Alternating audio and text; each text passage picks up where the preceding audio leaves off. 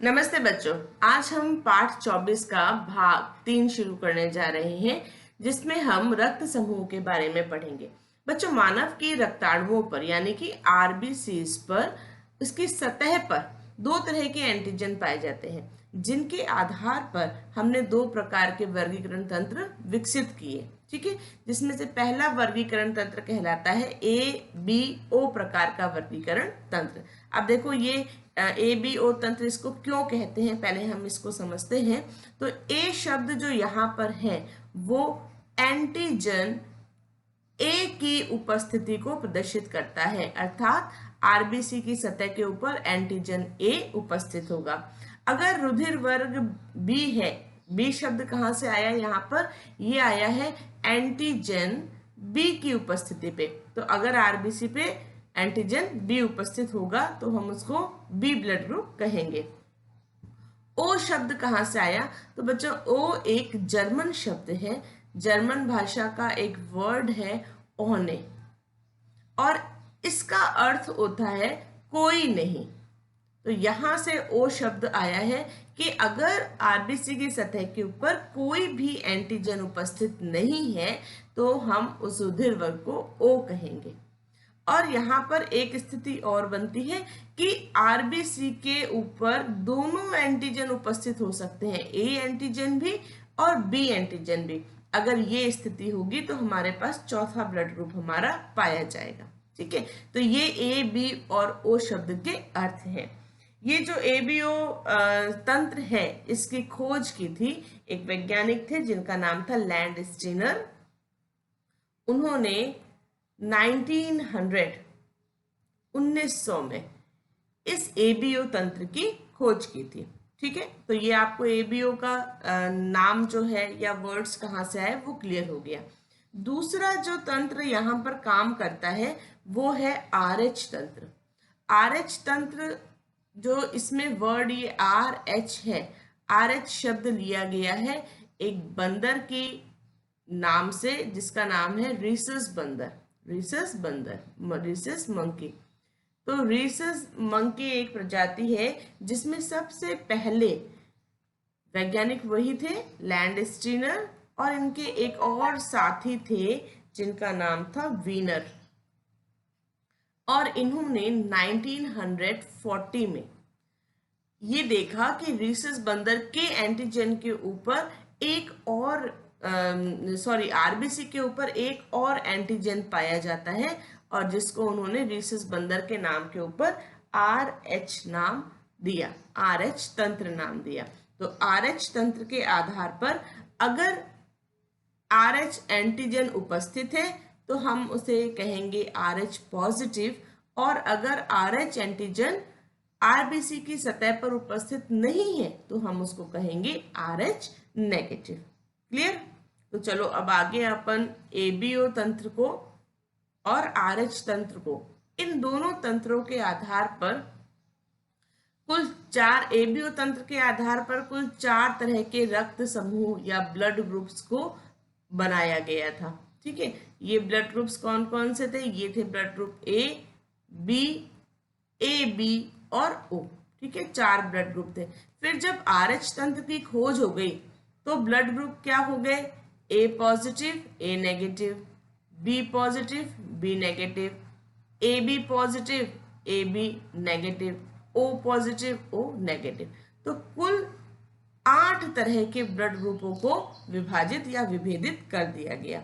तो चलो अब अपन इन 8 तरह के ब्लड ग्रुप है, इनमें आरबीसी और रक्त प्लाज्मा की संरचना कैसी होती है उसको पढ़ते हैं। तो यहाँ पर मैं ब्लड ग्रुप पॉजिटिव जितने भी RH ग्रुप धारक ब्लड RH एंटीजन युक्त जो रक्त समूह है उसको अपन पढ़ते हैं। तो सबसे पहले हम देखते हैं ब्लड ग्रुप A को। A की बात करेंगे, A पॉजिटिव की। तो देखो बच्चों, A पॉजिटिव जो ब्लड ग्रुप है इसमें आरबीसी की सतह के ऊपर, ठीक है, ये आपको ग्रीन कलर से एंटीजन लगे हुए दिखाई दे रहे हैं। ये जो ग्रीन कलर के एंटीजन है ये है एंटीजन A। ठीक है, एंटीजन A। और ये प्लाज्मा के अंदर, रुधिर के प्लाज्मा के अंदर आपको ये पिंक कलर के स्ट्रक्चर्स दिखाई दे रहे हैं, ये है एंटीबॉडीज। तो बच्चों प्राकृतिक रूप से ये यहाँ पर एंटीबॉडी बी उपस्थित है। प्राकृतिक रूप से अगर रुधिर वर्ग ए पॉजिटिव है, ये रुधिर वर्ग ए पॉजिटिव है, तो उसमें आरबीसी की सतह के ऊपर एंटीजन ए होगा और रक्त प्लाज्मा के अंदर एंटीबॉडी बी उपस्थित होगी। ठीक है, ये प्राकृतिक स्थिति है। और ये जो आपको ब्लू कलर से दिखाई दे रहा है, ये है आरएच एंटीजन। तो क्लियर हुआ, ये आरबीसी है हमारा। तो आरबीसी की सतह के ऊपर ए रक्त समूह में, ए पॉजिटिव रक्त समूह में एंटीजन ए होगा और प्लाज्मा में एंटीबॉडीज बी होंगी। चलो आगे चलते हैं, बी पॉजिटिव को देखते हैं। बी पॉजिटिव में ए का उल्टा हो जाएगा। कैसे हो रहा है ये देखो, ये तो अपना आरएच एंटीजन है, ये है ना, क्योंकि पॉजिटिव है ब्लड ग्रुप। और ये जो पिंक कलर आपको दिखाई दे रहा है, दिस इज एंटीजन बी। और ये जो ग्रीन कलर दिख रहा है आपको प्लाज्मा में, दिस इज एंटीबॉडी ए। ठीक है, तो एंटीबॉडी ए उपस्थित होगी प्लाज्मा के अंदर और एंटीजन बी होगा आरबीसी की सतह के ऊपर। ये है हमारा ब्लड ग्रुप बी। थर्ड चलो देखते हैं ए बी को। ए बी में देखो विशेष बात, प्लाज्मा में कोई भी एंटीबॉडी नहीं है। क्लियर, लेकिन आरबीसी की सतह के ऊपर देखो तो आपको बी भी दिखाई दे रहा है एंटीजन, और एंटीजन ए भी दिखाई दे रहा है। ठीक है, तो जो रक्त समूह ए बी पॉजिटिव है उसमें क्या है, आरएच एंटीजन और एंटीजन बी और एंटीजन ए। लेकिन प्लाज्मा के अंदर कोई भी एंटीबॉडी उपस्थित नहीं है। ये है blood group A B positive की विशेषता। ओ पॉजिटिव को देखो। ओ पॉजिटिव में बच्चों आप देखो आरबीसी की सतह को, यहाँ पर आपको सिर्फ आरएच एंटीजन दिखाई दे रहा है, ना तो यहाँ एंटीजन ए है और ना एंटीजन बी है, यानी आरबीसी की सतह के ऊपर कोई भी एंटीजन नहीं है। लेकिन प्लाज्मा को देखो, प्लाज्मा में आपको एंटीबॉडीज दोनों दिखाई दे रही हैं। ये देखो एंटीबॉडी बी और ये एंटीबॉडी ए, यानी कि प्लाज्मा के अंदर दोनों एंटीबॉडीज हैं, लेकिन आरबीसी की सतह के ऊपर कोई भी एंटीजन उपस्थित नहीं है। तो यहां से आपको क्लियर हो गया चारों रक्त समूहों की विशेषताएं। अब चलते हैं नेगेटिव को देखते हैं। तो नेगेटिव में सिर्फ आरएच फैक्टर का फर्क है, यानी कि यहाँ कहीं भी आरएच फैक्टर नहीं होगा। ये देखो ब्लड ग्रुप ए, ठीक है, ये हमारा एंटीजन ए और ये हमारी एंटीबॉडी बी, है ना, आरएच फैक्टर नहीं है। इसी तरह से ये देखो बी नेगेटिव, ये ए बी नेगेटिव और ये ओ नेगेटिव। क्लियर, तो यहाँ नेगेटिव यानी कि आरबीसी की सतह पर आरएच कारक भी उपस्थित नहीं है। चलो यहाँ तक का क्लियर हो गया। तो हमने चारों रक्त समूहों की विशेषताएं पढ़ी। अगला टॉपिक हम लेते हैं रक्त समूहन। रक्त का समूह बनना, तो ये जितने हमारे एंटीजन एंटीबॉडीज होते हैं, ये क्या करते हैं, आपस में क्रिया कर लेते हैं, पर ये क्रिया होती कब है उसको समझते हैं। देखो, यदि हम किसी व्यक्ति के रक्त में भिन्न रक्त समूह का रक्त मिला दें, है ना, रक्त समूह की जांच नहीं करें और अलग रक्त समूह को मिला दें, तो उसके प्लाज्मा में जो एंटीबॉडीज हैं, वो जो नई आरबीसीज आ रही है ना, नया जो खून आ रहा है वो आरबीसी है, तो उसको बाहरी पदार्थ मानते हुए ये एंटीबॉडीज उनको नष्ट करना शुरू कर देती हैं, आरबीसीज को नष्ट करना शुरू कर देती हैं, जिसको हम एंटीजन एंटीबॉडी प्रतिक्रिया कहते हैं। इसके फलस्वरूप रक्ताणु परस्पर चिपकने लगते हैं और उनका गुच्छा बन जाता है और इससे पूरे रक्त के अंदर समूहन हो जाता है, कहते हैं खून का पानी बन गया, है ना, और व्यक्ति की मृत्यु भी हो सकती है। ठीक है, चलो अब ये जो पूरी बात है इसको हम समझते हैं। उसको समझने से पहले मैं एक छोटा सा पॉइंट आपको क्लियर कर दूं कि जब भी रक्त चढ़ाया जाता है ना, ब्लड चढ़ाया जाता है, तो ऐसा नहीं है कि हमारी बॉडी से खून निकाला और सीधा ही किसी की बॉडी में डाल दिया गया, ऐसा नहीं होता। क्या करते हैं, ब्लड का सेपरेशन होता है ना, उसके ब्लड के जो कंपोनेंट्स हैं उनको अलग अलग किया जाता है। तो ब्लड में से क्या क्या चीजें अलग होती हैं, आरबीसीज अलग होती हैं, डब्ल्यूबीसीज को अलग रखा जाता है, प्लेटलेट्स को अलग किया जाता है। तो इस तरह से आरबीसी, अगर किसी के शरीर में खून की जरूरत है तो हम उसकी आरबीसीज को ट्रांसफ्यूज करते हैं, यानी कि आरबीसी को हम ट्रांसफर करते हैं। तो ब्लड का क्या मतलब है यहाँ पर ब्लड का मतलब है आरबीसी। ठीक है, चलो अब देखते हैं रक्त समूहन की क्रियाविधि को। ये मैंने ब्लड ग्रुप ए को प्रेजेंट किया है। अगर हम इस ए रुधिर वर्ग ए पॉजिटिव है, ये है ना, ये RH फैक्टर दिखाई दे रहा है यहाँ पर। अगर हम रुधिर वर्ग ए पॉजिटिव वाले को, ये देखो ये है हमारा रुधिर वर्ग बी पॉजिटिव। ठीक है, सपोज हम क्या कर रहे हैं, हम दो भिन्न रक्त समूहों को मिला रहे हैं। ए पॉजिटिव को हम बी पॉजिटिव वाला ब्लड चढ़ा रहे हैं। तो देखो क्या स्थिति होगी, बी पॉजिटिव के पास में देखो ये था हमारा एंटीबॉडी बी, ठीक है, और ये बी रक्त समूह के पास क्या है, एंटीजन बी, एंटीजन बी। तो अब जैसे ही बी रक्त समूह आएगा तो इसकी आरबीसीज के ऊपर सेम एंटीजन उपस्थित है, जिसके लिए एंटीबॉडी इसके पास है। तो फिर क्या प्रॉब्लम हो जाएगी, प्रॉब्लम हो जाएगी एंटीजन एंटीबॉडी प्रतिक्रिया। ये दोनों आपस में क्रिया कर लेंगे और इस तरह से इनके बीच में बॉन्डिंग बन जाएगी। इसके कारण रक्त के गुच्छे बन जाते हैं, और ये जो रक्त के गुच्छे बन जाएंगे इससे व्यक्ति की मृत्यु तक हो सकती है। ठीक है, क्योंकि ये हमारी ब्लड वेसल्स में फंस भी सकते हैं। तो इससे यहाँ पे क्या बात प्रूफ हो रही है कि हम ए पॉजिटिव वाले को कभी भी बी पॉजिटिव का ब्लड अगर चढ़ाना चाहें तो हमें नहीं चढ़ाना है। क्लियर, चलो इसी उदाहरण को हम दूसरे ब्लड ग्रुप्स के साथ में भी समझते हैं। ये ब्लड ग्रुप ए है।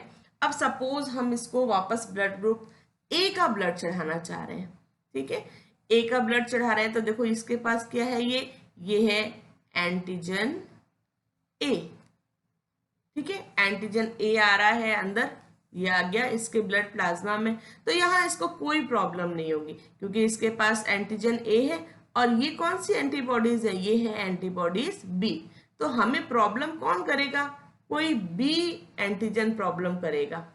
क्लियर, तो अगर हम इस पॉजिटिव ए, ये पॉजिटिव है ए और ये भी पॉजिटिव है, ठीक है, तो हम पॉजिटिव ब्लड ग्रुप चढ़ा रहे हैं और एक ब्लड ग्रुप अगर चढ़ता है तो कोई प्रॉब्लम नहीं है। नेक्स्ट ओ पॉजिटिव, अगर हम ओ पॉजिटिव ब्लड ग्रुप चढ़ाते हैं तो भी देखो क्या कोई प्रॉब्लम आएगी, नहीं आएगी। क्यों, क्योंकि इसके पास ओ ब्लड ग्रुप के पास तो कोई एंटीजन है ही नहीं। जब एंटीजन नहीं है तो एंटीजन एंटीबॉडी जो प्रतिक्रिया है वो भी नहीं होगी। तो भाई ए पॉजिटिव का ब्लड भी चढ़ जाएगा, ओ का ब्लड भी चढ़ जाएगा। अब बच गया एक रक्त समूह ए बी। तो ये देखो ए बी पॉजिटिव।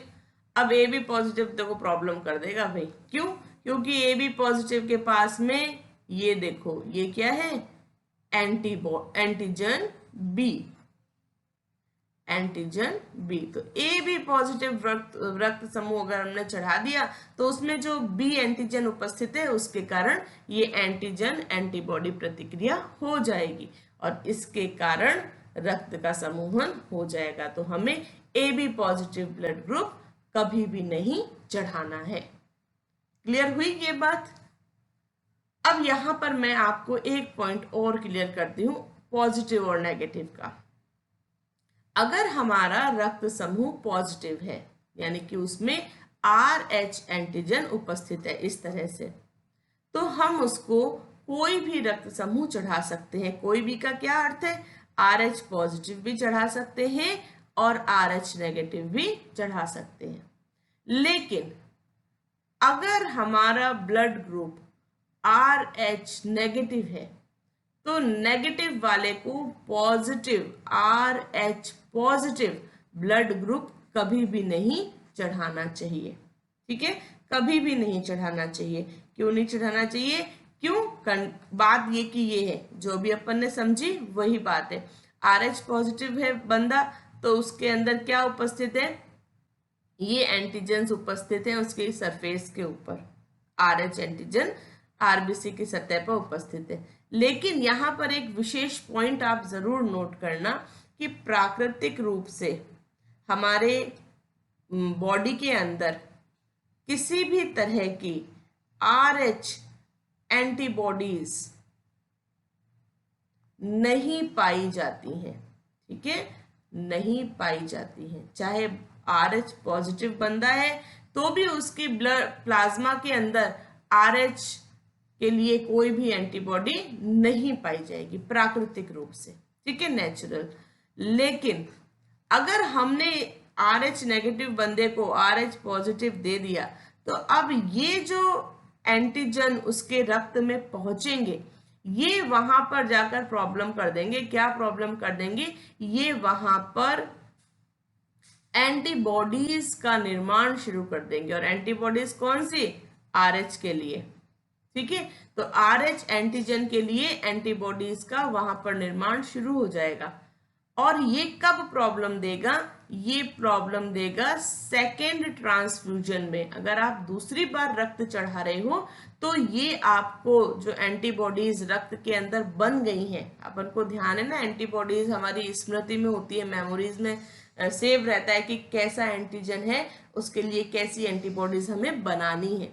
तो अगर दूसरी बार हम उसको RH पॉजिटिव RH नेगेटिव वाले की बॉडी में RH पॉजिटिव ब्लड डालेंगे तो ये एंटीजन एंटीबॉडी प्रतिक्रिया हो सकती है और उस व्यक्ति की मृत्यु भी हो सकती है। तो यहाँ पे पॉइंट आपको क्लियर हो गया।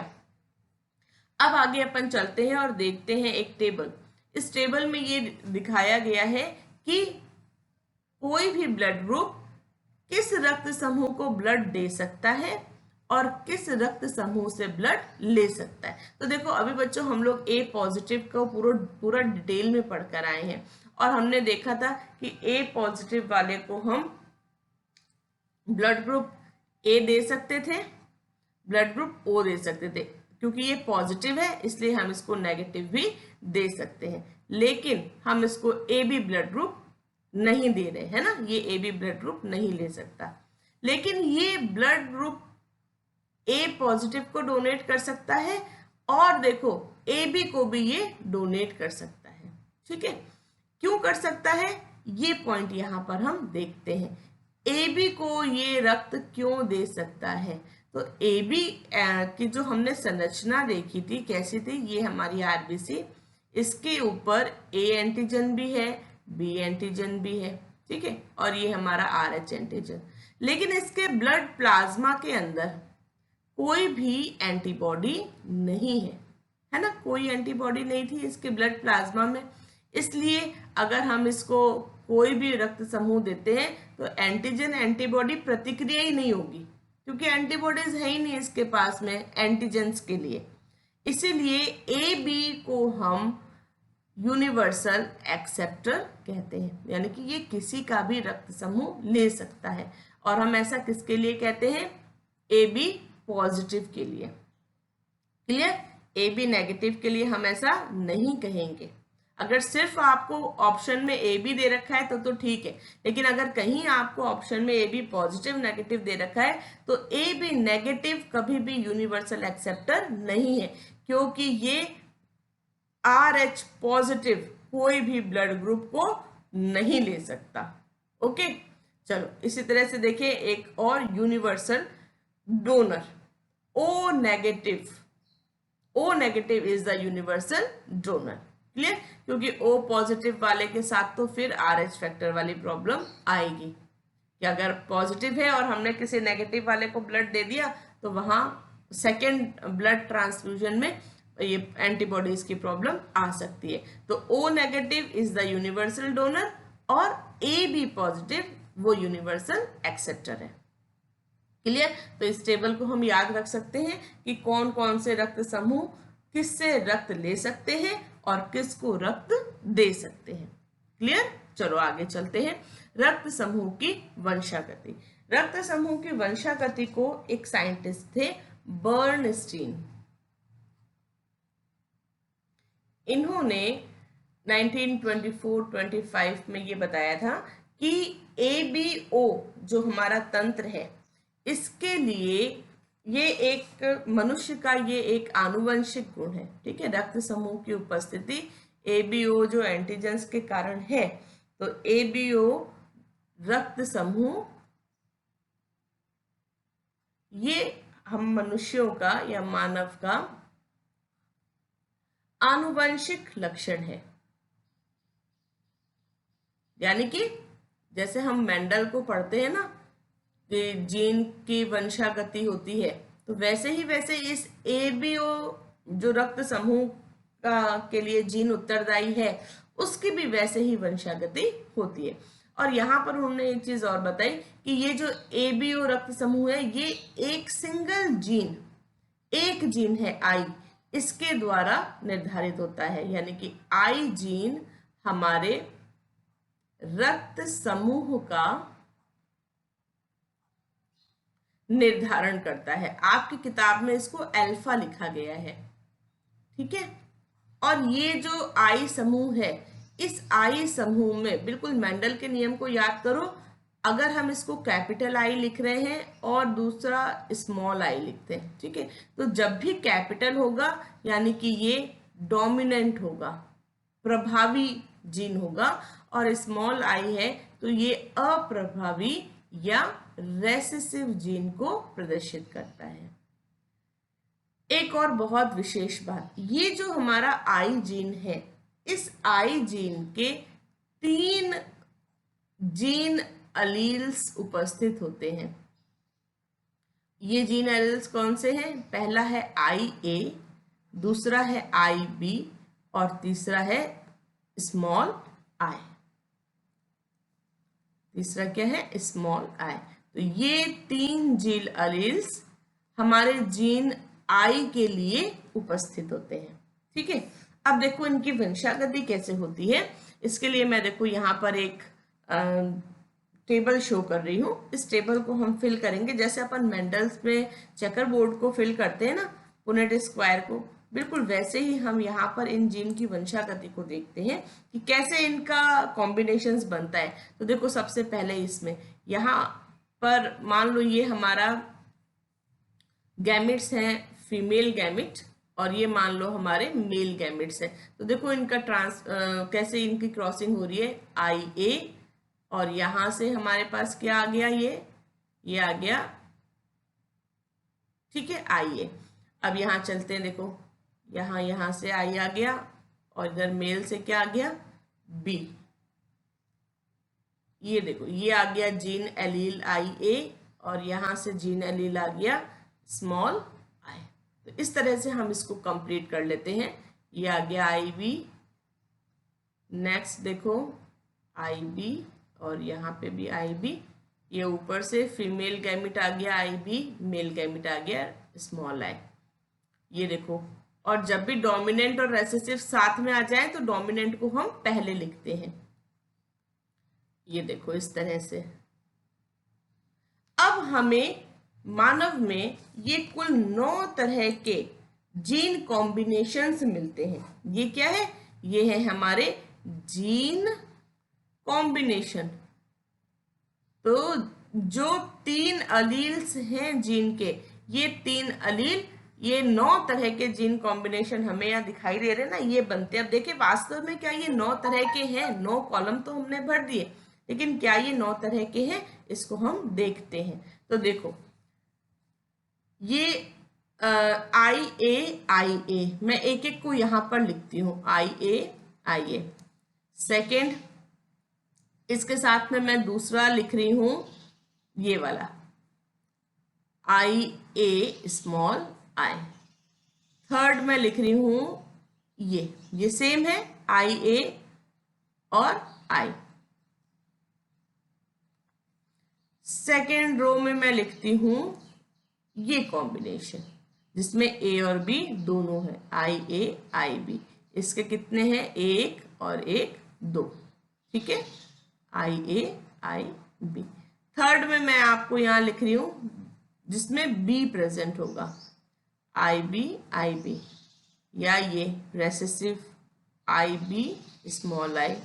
एक और है इसका आई बी स्मॉल आई। और फोर्थ में बस अब हमारे पास ये एक बचा है। देखो अब ये हमारे 4 तरह के रक्त समूह हैं।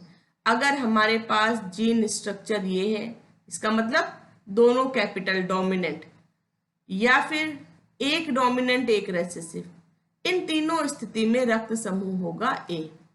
ये है रक्त समूह ए बी की स्थिति, ये है रक्त समूह बी, और ये है रक्त समूह ओ। तो इस तरह से हमारे पास में ये जीन अलील्स उपस्थित है और ये रक्त समूह का निर्धारण करते हैं। ठीक है, ये पॉइंट समझ में आ गया। दोनों जीन अलील डोमिनेंट है तो भी रक्त समूह वही होगा, और अगर एक डोमिनेंट एक रेसेसिव है तो डोमिनेंट वाला हमें कैरेक्टर दिखाई देता है जनरेशन में, तो भी रक्त समूह वही होगा, ठीक है, जिसका जीन यहाँ पर डोमिनेंट है। और दोनों रेसेसिव है तो ब्लड ग्रुप ओ। अगर ए और बी दोनों प्रेजेंट है तो blood group A B. Clear. चलो अब इन जीन कॉम्बिनेशंस को लेकर आपकी बुक में एक टेबल दी गई है जिसमें रुधिर वर्ग की वंशागति को एक टेबल के माध्यम से समझाया गया है। मैं आपको उसको एक उदाहरण के द्वारा समझाती हूँ कि कैसे हम संभावित रक्त समूह का पता लगाएंगे। तो मैं यहाँ पर आपकी टेबल में एक एग्जाम्पल है, एग्जाम्पल नंबर 2 टेबल से ले रही हूँ, जिसमें रक्त समूह ओ, फादर का ब्लड ग्रुप है ओ और मदर का ब्लड ग्रुप है ए, और आपसे पूछा जा रहा है कि जो संतान होगी उसका संभावित रक्त समूह क्या हो सकता है। तो हम इसको देखो मेंडल के अकॉर्डिंग सॉल्व करने का प्रयास करते हैं। ओ रक्त समूह के लिए अभी हम पढ़कर आए हैं जीन एलील्स ये होंगे, और ए रक्त समूह के लिए 2 कंडीशन हम पढ़कर आए हैं, या तो डोमिनेंट वाली और या फिर एक डोमिनेंट एक रेसेसिव। तो चलो मेंडल्स के अकॉर्डिंग इसको हम सॉल्व करते हैं। तो यहाँ पर तो हमें एक ही तरह के गैमेट मिलेंगे। ये हमने क्या बना दिए, युग्मक बना दिए, गैमेट्स बना दिए। गैमेट्स को हमेशा ऐसे गोले के अंदर बंद करके प्रदर्शित किया जाता है, और यहाँ से हमें सिर्फ आई ए एक तरह का ही गैमेट मिलेगा। अब जब इनके बीच में क्रॉस होगा तो केवल एक कंडीशन बन रही है, और वो है आई ए और स्मॉल आई, यानी कि केवल ए ब्लड ग्रुप वाला, ए रक्त समूह क्या हो गया, ए हो गया, ए रक्त समूह वाला जो है संतान उत्पन्न हो सकती है। अब देखो ये कंडीशन, यहां पर क्या स्थिति हो सकती है, यहां पर फादर ने कौन सा हमें गैमेट दिया है, फादर से गैमेट आ रहा है स्मॉल आई, और मदर से देखो हमें 2 गैमेट्स मिल रहे हैं, आई ए और स्मॉल आई। तो देखो इसके लिए हम एक पुनेट स्क्वायर बनाते हैं इस तरह से। ये मैं यहाँ पुनेट स्क्वायर बना रही हूँ, और यहाँ पे मैं फादर के गैमेट्स शो कर रही हूँ, और ये मैं यहाँ पर मदर के गैमेट्स को शो कर रही हूँ। और देखो ये किस तरह से इनके जीन कॉम्बिनेशंस बन रहे हैं। This is recessive. क्लियर। तो अभी हमें यहाँ पर 2 तरह के जीन रिकॉम्बिनेशन मिले हैं, एक तो ये और दूसरा ये, यानी कि ब्लड ग्रुप 2 हो सकते हैं। ये तो ब्लड ग्रुप ए हो सकता है संतान का, या संतान का ब्लड ग्रुप ओ हो सकता है। तो इसका आंसर क्या हो जाएगा, ब्लड ग्रुप ए और ब्लड ग्रुप बी, ये 2 संभावित रक्त समूह हो सकते हैं अगर फादर ब्लड ग्रुप ओ वाला है और मदर ब्लड ग्रुप ए वाली है। तो अब आप ये जो मैंने 2 स्लाइड्स दिखाई अभी आपको, रक्त समूह की वंशागति और संभावित रक्त समूह का पता लगाना, इसके आधार पर आपके टेबल में जितने भी कॉम्बिनेशंस दे रखे हैं फादर मदर के, उनको आप इस तरह से सॉल्व कर सकते हो और संभावित ब्लड ग्रुप का पता लगा सकते हो। ये टेबल आपको रटने की बिल्कुल भी जरूरत नहीं है। चलो आगे चलते हैं और एक अपना लास्ट टॉपिक कवर करते हैं आज का, वो है इरिथ्रोब्लास्टोसिस फॉइटालिस। देखो बच्चों क्या होता है, ये एक तरह की प्रॉब्लम है कब होती है ये प्रॉब्लम जनरेट? अगर हमारे फादर जो है वो है RH पॉजिटिव और जो मदर है उसका ब्लड ग्रुप है RH नेगेटिव, तो इस तरह की एक प्रॉब्लम जनरेट होती है जिसका नाम है इरिथ्रोब्लास्टोसिस फॉयटाइलिस। इसका सीधा सीधा अर्थ क्या है? इरिथ्रो शब्द कहाँ से आ रहा है? RBC से, इरिथ्रोसाइट से। ब्लास्ट होना है ना, ब्रस्ट हो जाना। फॉयटाइलिस मतलब एम्ब्रियो, तो एम्ब्रियो के अंदर जो RBCs हैं वो नष्ट हो जाती हैं, है ना। इस प्रॉब्लम को कहते हैं इरिथ्रोब्लास्टोसिस फॉयटाइलिस। और ये क्यों होती है? ये होती है आइसो इम्यूनाइजेशन के कारण। What is isoimmunisation? देखो, प्राकृतिक रूप से अभी हम एक पॉइंट पढ़कर आए हैं कि अगर कोई बंदा जो है ना, बंदा या किसी में भी देखो कि हमारे ब्लड प्लाज्मा में कोई भी तरह की RH एंटीबॉडीज नहीं होती, ठीक है। RH एंटीबॉडीज हमारे ब्लड में नहीं है प्राकृतिक रूप से, लेकिन अगर किसी RH नेगेटिव को RH पॉजिटिव का ब्लड चढ़ा दें तो उसके बॉडी के अंदर, इस RH पॉजिटिव वाले की बॉडी के अंदर क्या डेवलप हो जाएगा? एंटीबॉडीज डेवलप हो जाएंगी RH के लिए। और अगर इसको हम दोबारा, इस पर्सन को अगर हमने दोबारा कभी कोई पॉजिटिव ब्लड के संपर्क में ये आ गया तो फिर ये एंटीबॉडीज क्या करेंगी? ये एंटीबॉडीज एंटीजन एंटीबॉडी प्रतिक्रिया करेंगी और जिसके फलस्वरूप रक्त का जो है वो समूहन हो सकता है ना। इसको कहते हैं आइसो इम्यूनाइजेशन। अब यहाँ मदर और फादर के बीच में क्या प्रॉब्लम आती है उसको हम यहाँ समझते हैं कि अब अगर हमारा फादर क्या है? RH पॉजिटिव, और सपोज जो बच्चा है उस बच्चे का ब्लड ग्रुप जो भ्रूण में फोइटस या एम्ब्रियो का डेवलपमेंट शुरू हुआ है, सपोज ये एम्ब्रियो जो है ये भी, इस एम्ब्रियो का ब्लड ग्रुप भी RH पॉजिटिव है। अब यहाँ पर सारी प्रॉब्लम शुरू होती है। जब हमारा ये फर्स्ट डिलीवरी है, यानी कि पहली प्रेगनेंसी है, पहली गर्भावस्था है, तब तो कोई समस्या नहीं आती। देखो, यहाँ पर एक चीज समझना जरूरी है कि कैसे माँ और बच्चे या फोइटस के बीच में, भ्रूण के बीच में संपर्क होता है। तो बच्चे के चारों तरफ एक थैलीनुमा संरचना डेवलप होती है जिसको हम कहते हैं प्लेसेंटा, और बच्चे की जो नाभि है वहां से एक कॉर्ड या एक नली के समान संरचना निकलती है और जो इस प्लेसेंटा के साथ में जुड़ी हुई होती है, ठीक है। अब क्या होता है कि मदर का जो ब्लड है वो यहाँ पहुंचता है प्लेसेंटा के पास में, और प्लेसेंटा जो है वो हमारी जैसे प्लाज्मा मेम्ब्रेन होती है ना, सेलेक्टिवली वैसे काम करती है। तो ये सब चीजों को फिल्टर करती है, सारे न्यूट्रिएंट्स, गैसेस, ये सब कुछ फिल्टर होता है और मदर की बॉडी के अंदर, मदर की बॉडी से फिल्टर होके इस कॉर्ड के द्वारा इस बेबी की बॉडी के अंदर, फोइटस की बॉडी के अंदर पहुंच जाता है, ठीक है। तो क्या हो रहा है? प्लेसेंटा क्या कर रहा है? फिल्टर कर रहा है, और फिल्टर करके जो भी जरूरी चीजें हैं जैसे गैसेस, न्यूट्रिएंट्स, इन और बॉडी, बच्चे की बॉडी के अंदर जो वेस्ट बन रहा है उसको बाहर भी निकालने का काम करता है। तो ये सारा का सारा, ये जो कॉर्ड है प्लेसेंटा जो इसको कनेक्ट कर रही है बच्चे की नाभि को, वहां से होकर बच्चे की बॉडी के अंदर पहुंच गया, ठीक है। यहाँ पर एक पॉइंट बच्चों और हमेशा क्लियर रखना कि कभी भी किसी भी कंडीशन में बच्चे का जो ब्लड है, बच्चे की बॉडी के अंदर जो ब्लड बन रहा है, ब्लड सेल्स बन रही है, वो मदर की बॉडी के अंदर नहीं पहुंचती ड्यूरिंग प्रेगनेंसी, क्योंकि डायरेक्ट ब्लड का कांटेक्ट कहीं नहीं होता। जो भी कुछ है वो प्लेसेंटा से फिल्टर होके बच्चे के भ्रूण के अंदर पहुंच रहा है। लेकिन क्या होता है, प्रेगनेंसी के टाइम पे जब बच्चे को बाहर निकाला जाता है तो ये जो कॉर्ड है ये काटी जाती है ना, और इस समय ऐसी संभावना होती है कि बच्चे का जो ब्लड है वो कुछ मात्रा में मदर के ब्लड के अंदर पहुंच जाए, ठीक है। तो बच्चे की बॉडी के अंदर कौन सा ब्लड था? RH पॉजिटिव, और ये पॉजिटिव कहाँ पहुंच गया, मदर की बॉडी के अंदर पहुंच गया। तो अब मदर की बॉडी के अंदर क्या हो जाएगा, RH पॉजिटिव के लिए एंटीबॉडीज डेवलप हो जाएंगी, मदर की बॉडी में एंटीबॉडीज डेवलप हो गई।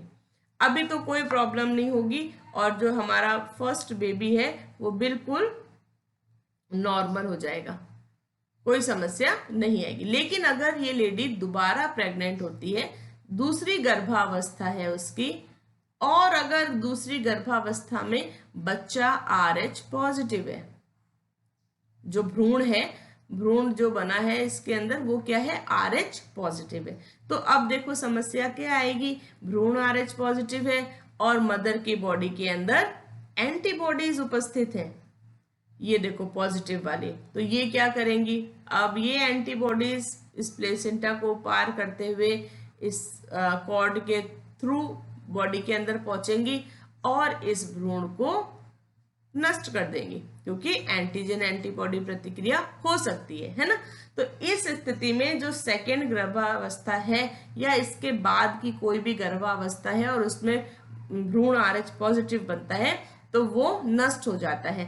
इस प्रॉब्लम को हम कहते हैं इरिथ्रोब्लास्टोसिस फॉइटेलिस, ठीक है। और इस रोग से ग्रसित जो बच्चा होता है उसको हम रीसस शिशु भी कहते हैं, क्योंकि ये प्रॉब्लम किसके कारण हो रही है, रीसस फैक्टर के कारण हो रही है, ठीक है।